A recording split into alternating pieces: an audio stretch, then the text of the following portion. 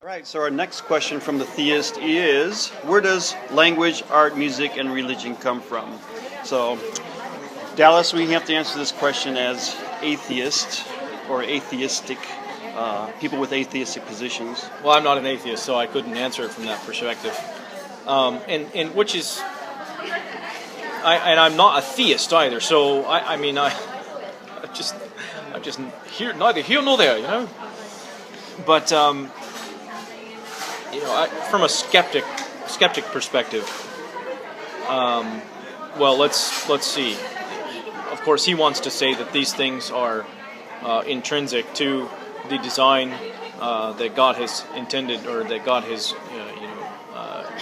used for creating us, or used in the creation, or the formulation of who we are as humans. But and science, something important to specify too is simply, and this is as Phil shared, is that simply because science doesn't explicitly answer these questions doesn't mean the answer is God. Because for millennia we've had questions about natural phenomena, and we didn't understand the origins of certain things, but as science continuously made discoveries, we've come to understand the origin of certain behaviors that we have as Homo sapiens. Tribal behaviors,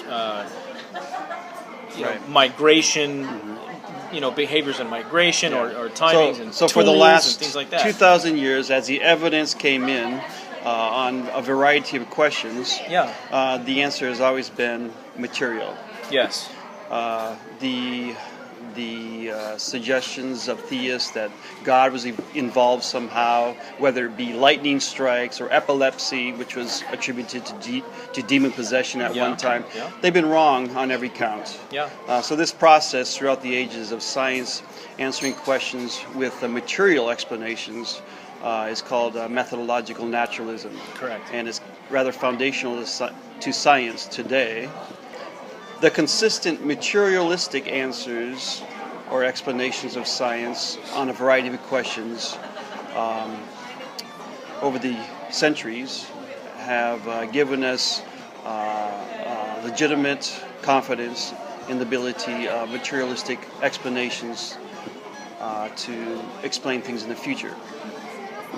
That was pretty convoluted. Okay. But I liked what you brought up. Okay. With regards to epilepsy, because this is a serious issue for Christians to face, and actually we're sort of diverging on this, but I'd like to just address it very quickly. So, modern science has an answer for behavioral problems, has an answer for epilepsy. We understand, the neurological processes involved in these, ailments of humanity with regards to the mind. Right. In times past, people would, they thought that the blood, at one point was, had toxins in it, and they had to drain it, so they drilled in the head and things like this.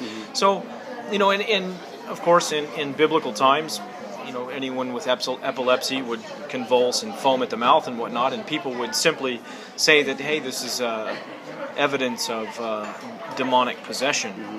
And it's not just specific to Christianity, actually. All of the religions at the time had the same belief system, that there was some beast-like being that came and overtook these individuals, something other than out of this earth, something supernatural. But there is a natural explanation. So going back to the question, so language. Why do we have language? Well, we know that other creatures also have a language. They have a type of, or a mechanism of communication.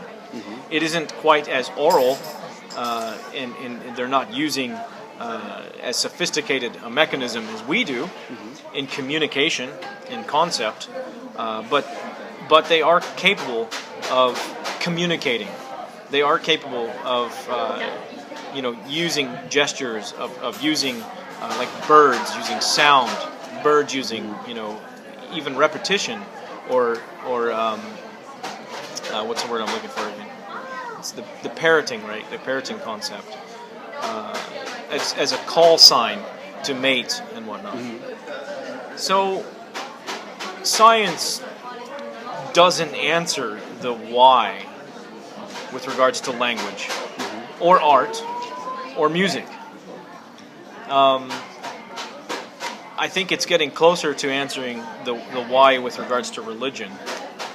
And there is, a lot of research that's being done with regards to what they call the religious gene.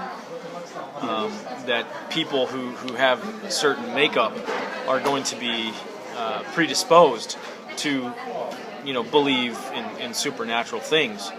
And, typically, actually, we find that even certain modifications or, injuries to the brain can incline someone to have even more irrational belief systems.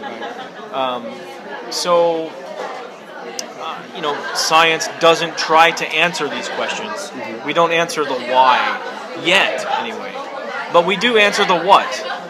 Science has done a good job of parsing language, parsing the history of language, as languages change over time, and as groups of people and ethnicities are spread out through the world, we can trace roots of languages and things to this degree, to a very accurate degree. Yeah. Art as well is a phenomena that's existed for a long time, but has progressed over time as well. The sophistication of art. So why is it that early art systems weren't as sophisticated as even second century art, right? So why was it that man, if according to Scripture, right, man had been created 8,000 years ago or whatever, and he was created just as intelligent and just as capable as we are now. So why is it that we don't have as sophisticated of art from that time period?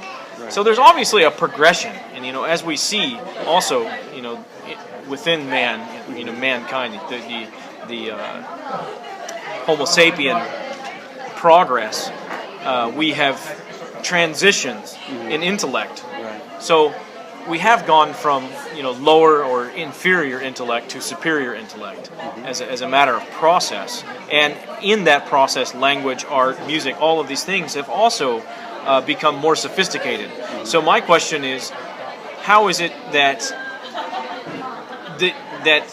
evolution cannot be established? Actually, I think that progress establishes the truth of evolution. So I would return this question to them and say, okay, well, you ask us, where do these things come from? Well, I would ask you, why is it that we have evidence of its progression as opposed to it just existing from the beginning? Right. That's a good question. Yeah, also, why do songbirds enjoy each other's songs? Science has answered that question to some degree. It's an imperfect explanation at this point, but there's no reason to believe that the perfect explanation is going to be anything less material. Correct. So the theists have nothing to offer based on methodological naturalism. Correct.